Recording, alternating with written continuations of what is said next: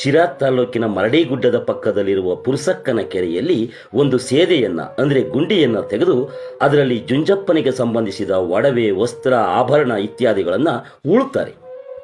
ಪೂಜೆ ಪುನಸ್ಕಾರವಿಲ್ಲದೆ ಪುರುಸಕ್ಕನ ಕೆರೆಯ ಸೇದೆಯಲ್ಲಿ ಅಡಗಿಸಿಟ್ಟ ದೈವ ಜುಂಜಪ್ಪನಿಗೆ ಯಮಹಿಂಸೆಯಾಗತೊಡಗುತ್ತದೆ. ಬೆಟ್ಟನ ಬೇಸಿಗೆ, ಆಕಾಶದಾಗೆ ಅಂಗೈ ಅಗಲದ ಮೋಡ ಇಲ್ಲ. ಜುಂಜಪ್ಪ ದೇವೇಂದ್ರನಿಗೆ ಕೋರ್ತಾನೆ, ಅಸ್ತುದ್ ಮಳೆ ಬೇಡ, ಚಿತ್ತುದ್ ಮಳೆ ಬೇಡ, ಕಾಳ ಮೂಳ ಎಂಬ ಮೇಘದ ಮಳೆಗಳನ್ನು ಕಳಿಸ್ಕೊಡು, ನಾನು ಇದರಿಂದ ಈ ಸೇದೆಯಿಂದ ಪಾರಾಗಿ ಆಚೆಗೆ ಬರ್ತೀನಿ ಅಂತ ಕೋರ್ತಾನೆ. ದೇವೇಂದ್ರ ಜುಂಜಪ್ಪನ ಕೋರಿಕೆಯಂತೆ ಆ ಕಾಳಾಮೂಳ ಎಂಬ 2 ಮಳೆಗಳನ್ನು ಸುರಿಸ್ತಾನೆ.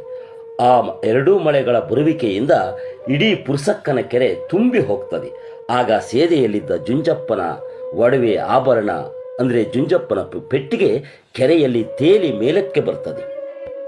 ಹಾಗೆ ಕೆರೆಯಲ್ಲಿ ತೇಲಿ ಬಂದ ದೈವ ಜುಂಜಪ್ಪನನ್ನ ಪೂಜಾರ್ ಚಿತ್ತಯ್ಯನ ವಂಶಸ್ಥರು ತೆಗೆದುಕೊಂಡು ಅಲ್ಲಿಂದ ಸಿರಾ ತಾಲೂಕಿನ ಬೇವನಹಳ್ಳಿಗೆ ಹೋಗಿ ನೆಲೆಸ್ತಾರೆ.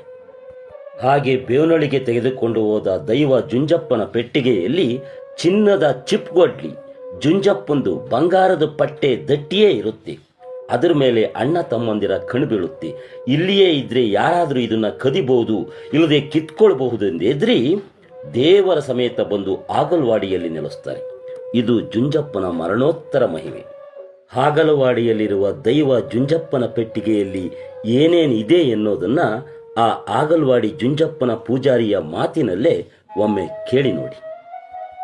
ಉಪಯೋಗಿಸ್ತಿದ್ದು ಕಂಬಳಿ ಇದೆ, ಯುವತಿ ಗಟ್ಟಿ ಇದೆ, ಉಂಗ್ರ, ಕಡಗ ಎಲ್ಲ ಇದೆ, ಕೊಡ್ಲಿ ಅದಿಲ್ಲೇ ಐತಿ. ಈವರೆಗೆ ಈ ವಿಡಿಯೋವನ್ನು ನೋಡಿದ ನಿಮ್ಮೆಲ್ಲರಿಗೂ ಕೂಡ ಆ ಜುಂಜಪ್ಪ ಒಳ್ಳೆಯದನ್ನ ಮಾಡಲಿ. ನಮಸ್ತೆ.